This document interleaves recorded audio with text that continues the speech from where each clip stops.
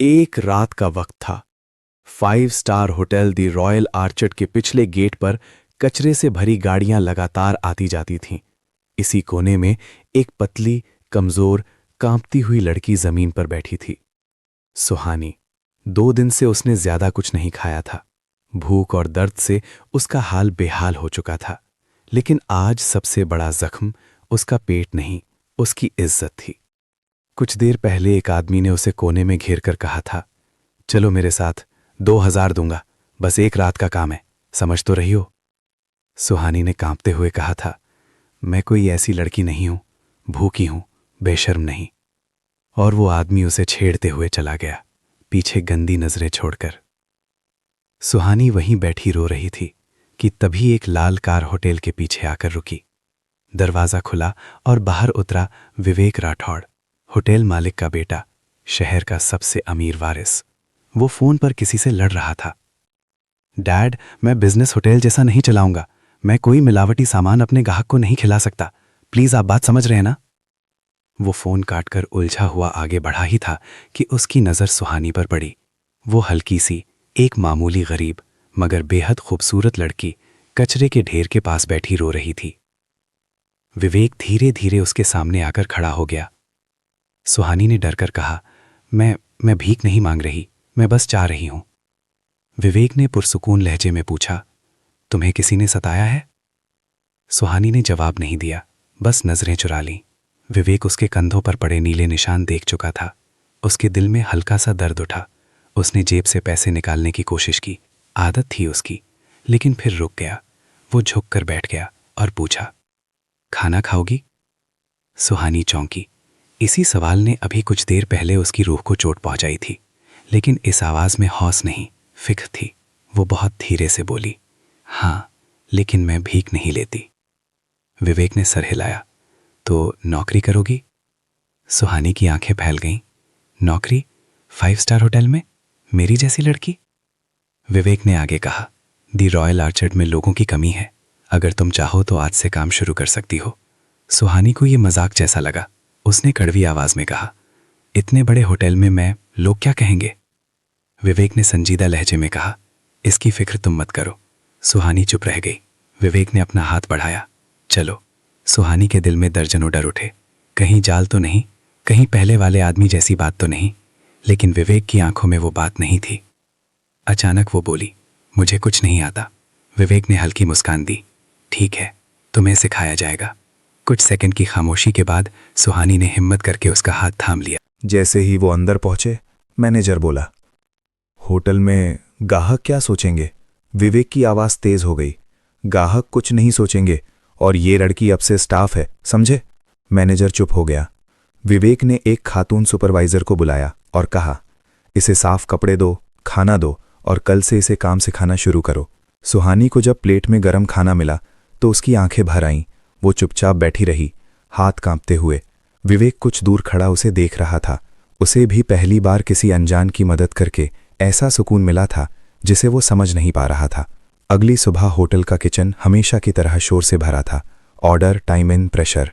लेकिन इस अफरा तफरी के बीच सुहानी चुपचाप खड़ी थी, जैसे किसी तूफान में से निकली हो। सुपरवाइजर आराध्या ने उसे देखा और जरा तंज मारते हुए बोली, यहाँ काम आसान नहीं है, तुमने कभी खाना बनाया है? सुहानी ने पुरसुकून लहजे में कहा, नहीं, लेकिन मैं सीख जाऊंगी। उन्होंने उसे सबसे नीचे का काम दिया, बर्तन धोना, कचरे के बैग बदलना, फर्श साफ करना। लेकिन सुहानी ने एक बार भी शिकायत नहीं की। उसके हाथ छिल गए, उंगलियां लाल हो गईं, धोते धोते कलाई अकड़ गई। फिर भी वो चुपचाप काम करती रही, क्योंकि बाहर की जिंदगी उससे कहीं ज्यादा कठोर थी। शाम को विवेक किचन में आया। उसने सुहानी को देखा, गीले हाथों से झूठे बर्तन धोते हुए, झुकी हुई कमर, फिर भी आंखों में एक अजीब सी जिद। विवेक ने पूछा, थक गई हो? सुहानी कुछ बोलती उससे पहले मैनेजर आ गया और बोला, सर, आज वीआईपी गेस्ट आ रहे हैं। शेफ का मूड खराब है, काम गड़बड़ हुआ तो होटल की इमेज। विवेक ने उसे बीच में रोक दिया, तुम अपना काम करो, इसे कहो मूड ठीक करे और काम पर लग जाए, और इस लड़की को परेशान करने की कोशिश मत करना। मैनेजर चुप हो गया। किचन में अचानक हड़कंप मच गया। शेफ रवि गुस्से में चिल्ला रहा था, क्रीम सॉस जल गया, किस निकम्मे ने इसे गैस पर छोड़ा? सब डर गए, कोई आगे नहीं आया। सुहानी को लगा जैसे ये आवाज उसके पिछले जीवन की गालियों जैसी है, एक और इल्जाम, एक और तौहीन। लेकिन उसने धीरे से कहा, अगर थोड़ा दूध डालकर धीमी आंच पर चलाएं और ऊपर से कटी चीनी डालें तो कड़वाहट कम हो जाएगी। पूरा किचन एकदम चुप। शेफ भड़क उठा, तू सिखाएगी मुझे? तू जानती भी क्या है? विवेक सब देख रहा था। वो आगे आया और बोला, करके देखते हैं। शेफ ने नाखुशी से वैसा ही किया। कुछ मिनट बाद जब सॉस तैयार हुआ, उसने चखा और उसकी भौवें ऊपर उड़ गईं। विवेक ने पूछा, कैसा है? शेफ ने बेरुखी से कहा, बिल्कुल ठीक है, पहले से बेहतर। सबकी नजरें सुहानी पर टिकी थीं। वो घबरा कर बोली, मेरी माँ कहती थी खाना खराब नहीं करते, सुधार लेते हैं। विवेक ने धीमे से कहा, तुम्हारे अंदर टैलेंट है सुहानी, बहुत अच्छा। आराध्या को पहली बार उस पर फख्र सा महसूस हुआ, पर चेहरे पर जाहिर नहीं किया। रात के वक्त जब काम खत्म हुआ, सुहानी लौकर उसके हाथ लेकिन उसके होंठों पर हल्की सी मुस्कान थी। तभी दरवाजा खुला। विवेक अंदर आया, हाथ में फर्स्ट एड बॉक्स लिए। सुहानी चौंक गई। आप यहाँ? विवेक ने पुरसुकून लहजे में कहा।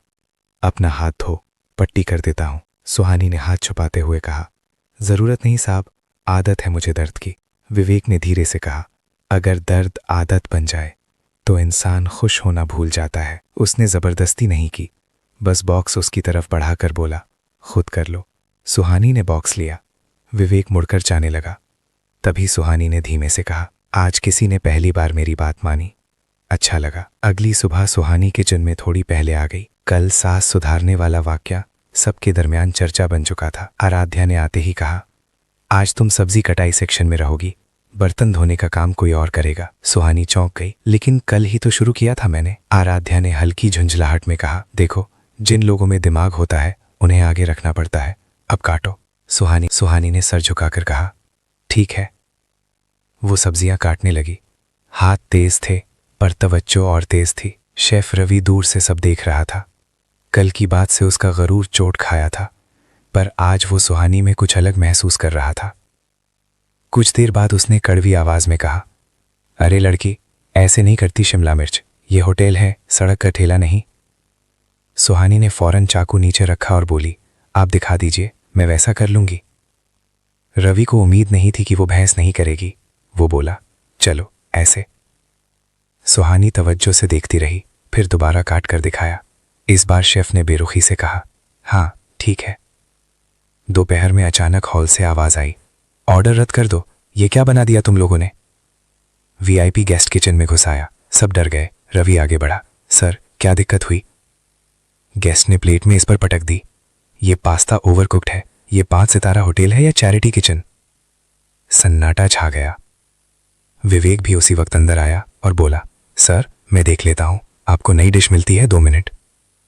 गेस्ट गुस्से से बाहर चला गया। रवि तनाव में पांव पटकते हुए बोला, अब इस हालत में 2 मिनट में नया पास्ता कैसे बनेगा? सुहानी आगे आई, मेरे पास एक आइडिया है। रवि भड़क उठा, अब ये भी बोल देगी कि इतालवी खाना भी बनाना आता है? सुहानी ने मजबूती से कहा, मुझे ना इतालवी पता है ना पास्ता, पर बिगड़े हुए खाने को कैसे सही करना है ये पता है। विवेक ने कहा, बोलो। सुहानी ने पास्ता उठाया, उसकी साख्त देखी और बोली, इसे पैन में डालिए, फिर थोड़ा सा मक्खन और लहसुन। ओवरकुक्ड पास्ता मक्खन पकड़ लेता है और नरम टेक्सचर छिप जाता है। ऊपर से ताज़ा हर्ब्स और चिली फ्लेक्स डालकर क्रंच दे दीजिए, जायका बैलेंस हो जाएगा। रवि चुप हो गया। विवेक ने बगैर वक्त जाया किए कहा, करो। 2 मिनट बाद प्लेट सजकर तैयार थी। विवेक खुद गया और गेस्ट को दी। 1 मिनट बाद गेस्ट वापस आया, पर इस बार चेहरा पुरसुकून था। अब ठीक है, गुड। हॉल में सन्नाटा, किचन में सबकी नजर सुहानी पर। रवि धीरे से बोला, ये लड़की जुगाड़ जानती है। सुहानी ने धीमे लहजे में कहा, गरीबी में यही तो सीखते हैं, जो है उसी से अच्छा कैसे बनाया जाए। विवेक की आंखों में फख्र चमका। शाम के वक्त जब सब जा रहे थे, आराध्या ने सुहानी से कहा, तुम जल्दी सीखती हो, लेकिन अगर किसी ने परेशान किया मुझे बताना। सुहानी मुस्कुराई नहीं, पर बोली, शुक्रिया मैडम। जैसे ही वो बाहर निकली, विवेक रिसेप्शन पर खड़ा था। उसने पुकारा, सुहानी। वो रुक गई। विवेक उसके सामने आया। आज तुमने फिर होटल को बचाया है। सुहानी ने हैरत से कहा, मैंने तो बस जो याद आया बोल दिया। विवेक ने संजीदा लहजे में कहा, यही तो फर्क है। बाकी लोग किताबों से सीखते हैं, तुम जिंदगी से सीखती हो। सुहानी का दिल तेजी से धड़कने लगा। वो कुछ नहीं बोल पाई। विवेक ने कागज बढ़ाया, ये तुम्हारी ज्वाइनिंग फॉर्म है। आज से तुम ट्रेनिंग किचन असिस्टेंट हो। तनख्वाह भी शुरू। सुहानी कांप गई। तनख्वाह? मैं इतनी लायक नहीं। विवेक ने बीच में कहा, तुम लायक हो, और इससे भी ज्यादा। कुछ लम्हे दोनों चुप रहे। फिर सुहानी ने सबसे धीमी आवाज में कहा, शुक्रिया साहब जी। सुहानी अब ट्रेनिंग किचन असिस्टेंट थी। एक दिन 2 वेटर उसकी पीठ पीछे बोल रहे थे, सुना है इसे विवेक सर खुद लेकर आए थे। हाँ, तभी तो इतनी जल्दी प्रमोशन मिल गई। होटल में सब समझते हैं, पता नहीं कैसे इसने सर को अपने जाल में फंसा लिया। सुहानी ने सुना।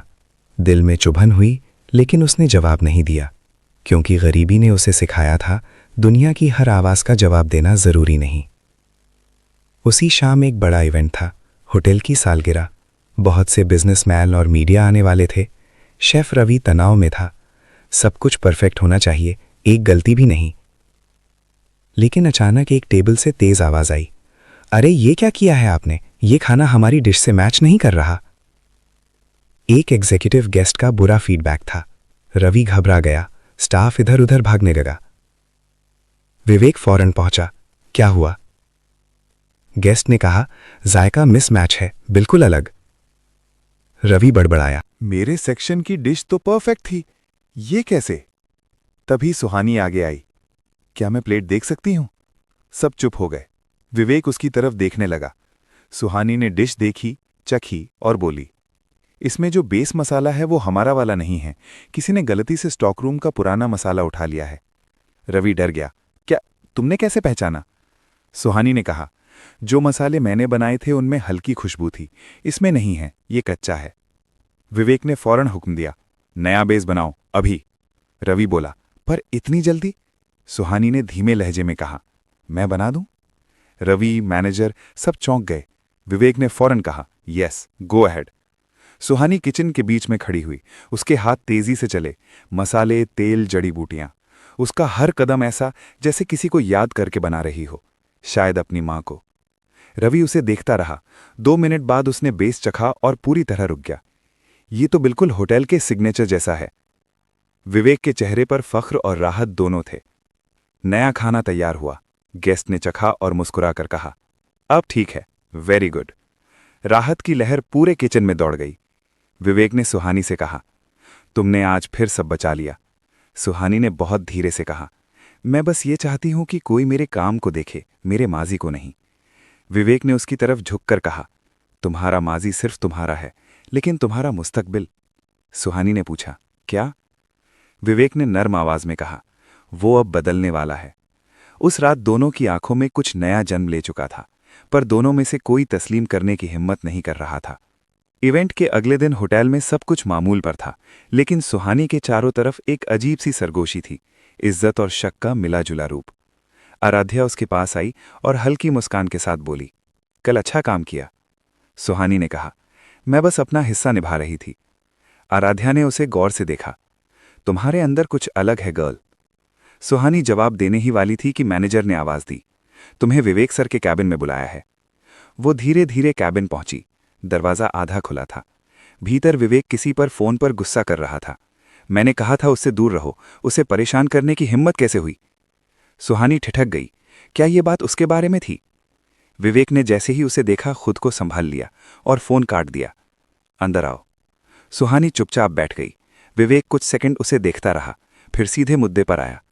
स्टाफ में कुछ लोग तुम्हारे बारे में गलत बातें फैला रहे हैं। मैं चाहता हूं कि तुम जानो, इसमें तुम्हारी कोई गलती नहीं है। सुहानी ने धीमे लहजे में कहा, मैं ऐसी बातें सुनने की आदी हूं, लेकिन मैं नहीं। विवेक का लहजा जरा सख्त था। मैं नहीं चाहता कोई तुम्हें चोट पहुंचाए। सुहानी इस अंदाज पर बेचैन हुई। आप ऐसा क्यों महसूस करते हैं? विवेक ने नजरें उससे हटाईं। कुछ देर बाद बोला, क्योंकि तुम इस जगह की नहीं लगती, तुम किसी और तरह की जिंदगी की हकदार हो। सुहानी ने पहली बार उस पर आवाज उठाई, हक? मुझे कौन सा हक मिला है जिंदगी में? विवेक चुप हो गया। सुहानी की आवाज जरा कांप रही थी, पर उसमें मजबूती थी। मैं यहां नौकरी करने आई हूं, किसी की दया पर जीने नहीं। विवेक ने धीरे से कहा, तुम गलत समझ रही हो। तो सही समझाइए। इन 2 जुमलों के बीच हवा भारी हो गई। विवेक ने गहरी सांस ली और बोला, तुम्हारी काबिलियत मुझे दिखती है, बस इतना ही। सुहानी ने सर झुका लिया। दोनों के बीच अनकहा तनाव तैरता रहा और इस अनजाने जज्बे के डर से विवेक ने बात बदल दी। शेफ रवि से तुम्हें बात करनी है, जाओ। सुहानी उठ गई, लेकिन बाहर निकलते हुए उसके कदम धीमे थे, जैसे कुछ पीछे खींच रहा हो। किचन में शेफ रवि हैरानी भरे तौर पर पुरसुकून था। उसने सुहानी को कुर्सी पर बैठने को कहा। कल जो तुमने किया उसके बाद मेरे पास तुम्हें रोकने का कोई सबब नहीं है। सुहानी समझ नहीं पाई, किस चीज से रोकने का। रवि ने एक फाइल उसकी तरफ बढ़ाई। ट्रेनिंग छोड़कर सीधे जूनियर कुक की पोजीशन, ये प्रमोशन है तुम्हारे लिए। सुहानी सन रह गई, अल्फाज उसके हल्क में अटक गए। रवि ने मुस्कुराते हुए कहा, डरो मत, तुम अहल हो। सुहानी ने फाइल पकड़ी और पूछा, विवेक सर को पता है? रवि ने जवाब दिया, ख्याल उनका था लेकिन फैसला मेरा। सुहानी फाइल लेकर बाहर निकली। दिल भारी भी था और हल्का भी। रात में वो अकेली लॉकर रूम में बैठी फाइल देख रही थी। उन्हीं पन्नों के बीच जैसे उसका माजी भी दबा था। अगली सुबह होटल के किचन में माहौल अलग था। सब जानते थे कि सुहानी अब जूनियर कुक है, वही लड़की जिसे कुछ दिन पहले फुटपाथ पर खाने को तरसना पड़ता था। कुछ लोग चुप थे, कुछ तारीफ कर रहे थे और कुछ हसद से जल रहे थे। लेकिन सुहानी पुरसुकून थी, जैसे वो खुद भी अभी इस बदलाव पर यकीन नहीं कर पा रही थी। आराध्या उसके पास आई और कहा, कभी सोचा था तुम्हें देखकर मुझे फख्र होगा? सुहानी मुस्कुरा दी, कभी सोचा नहीं था कि मैं मुस्कुरा पाऊंगी। दोनों के बीच पहली बार एक सच्ची दोस्ती की शुरुआत हुई। दोपहर तक काम मामूल के मुताबिक था, लेकिन विवेक पूरी सुबह किचन के आसपास ही मंडराता रहा था। नजरें सुहानी पर टिक जाती, फिर वो खुद को रोक लेता। शाम तक सुहानी ने नया डिश बनाया, सिग्नेचर ट्विस्ट के साथ। शेफ रवि ने चखा और कहा, यह सिर्फ अच्छा नहीं, ये याद रहने वाला है। सुहानी ने फाइल सीने से लगाई। पहली बार उसे लगा वो कहीं पहुंच रही है। लेकिन इसी बीच एक अनचाहा मेहमान होटल में दाखिल हुआ। एक आदमी, गंदा, बिखरा और शराब की बदबू लिए। उसकी आंखें लाल थीं, चाल लड़खड़ाई। वो सीधा किचन की तरफ बढ़ा। सुहानी ने जैसे ही उसे देखा, उसके पांव तले जमीन खिसक गई। वो उसका सौतेला चचा था, वही आदमी जिसने उसकी मां को सालों तक डराया, वही जिसने उसे घर से निकाल दिया था, वही जिससे बचकर वो शहर भागी थी। उसने ऊंची आवाज में कहा, ओए, यहां छुपी बैठी है तू? किचन में सब रुक गए। विवेक दूर से दौड़कर आया। कौन हो तुम? चचा ने हंसते हुए कहा, मैं इसका खूनी रिश्ता हूं और ये लड़की मेरे पैसों की देनदार है। सुहानी कांप गई, अल्फाज नहीं निकल पाए। विवेक उसके आगे खड़ा हो गया। यहां से निकल जाओ अभी। चचा गर्राया, तू कौन होता है बीच में बोलने वाला? विवेक की आवाज और सख्त हो गई, मैं इस होटल का मालिक हूं।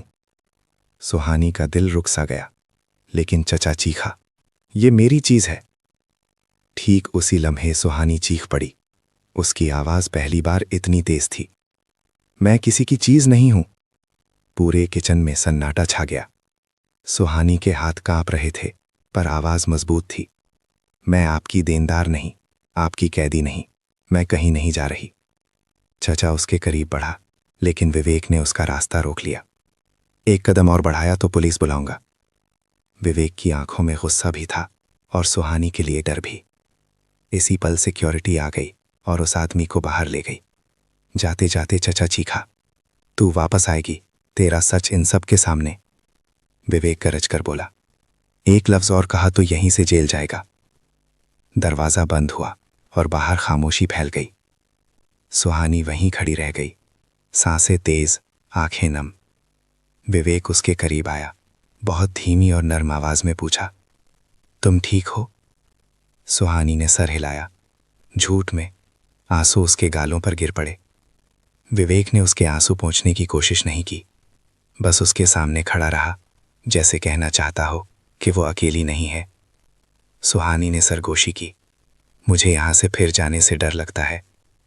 विवेक ने उसकी आंखों में देखते हुए कहा, तो मत जाओ, ये जगह अब तुम्हारी है और मैं भी। सुहानी रुक गई। आप?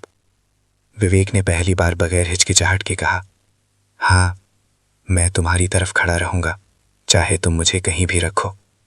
कुछ सेकंड दोनों चुप रहे, फिर सुहानी ने बहुत धीरे से कहा, मुझे भरोसा करना नहीं आता।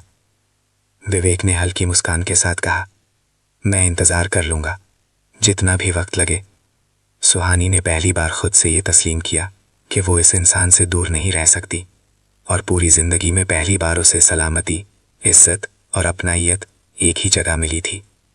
2 कदम आगे बढ़कर उसने कहा, मैं कोशिश करूंगी। विवेक के चेहरे पर वो मुस्कान उभरी जो उसने किसी के लिए सालों से नहीं दी थी। सुहानी ने उससे हाथ मिलाया, बहुत हल्के से, लेकिन उन अंगलियों की पकड़ में पूरा मुस्तकबिल बदलने की ताकत थी। इस लम्हे किचन में सिर्फ 2 लोग थे, एक गरीब लड़की जिसने खुद को फिर से बनाया था, और एक अमीर लड़का जिसने पहली बार किसी को दिल से अहमियत दी थी।